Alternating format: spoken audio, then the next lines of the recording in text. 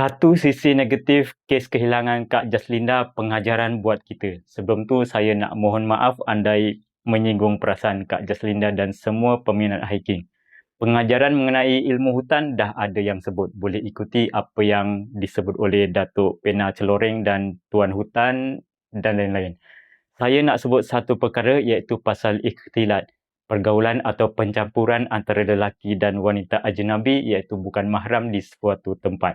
Islam benarkan percampuran atas dasar keperluan darurat, pendidikan, jual beli dan urusan kerja dengan syarat memelihara pandangan, menutup aurat dan menjaga batasan pergaulan.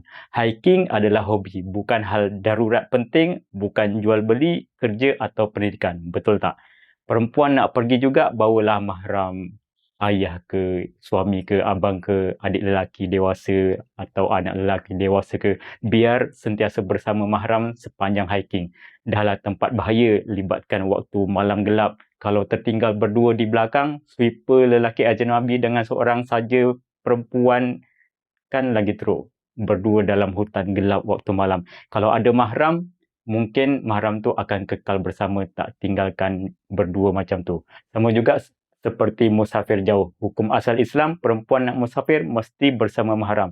Seboleh mungkin usahakanlah ada mahram walaupun sekarang para ulama dah sedikit longgar benarkan tanpa mahram dengan syarat tertentu. Ambil pengajaran kes macam ni untuk kita ikut petunjuk agama demi keselamatan kita di dunia dan akhirat. Setuju? Jemput follow, like, komen dan share video ini.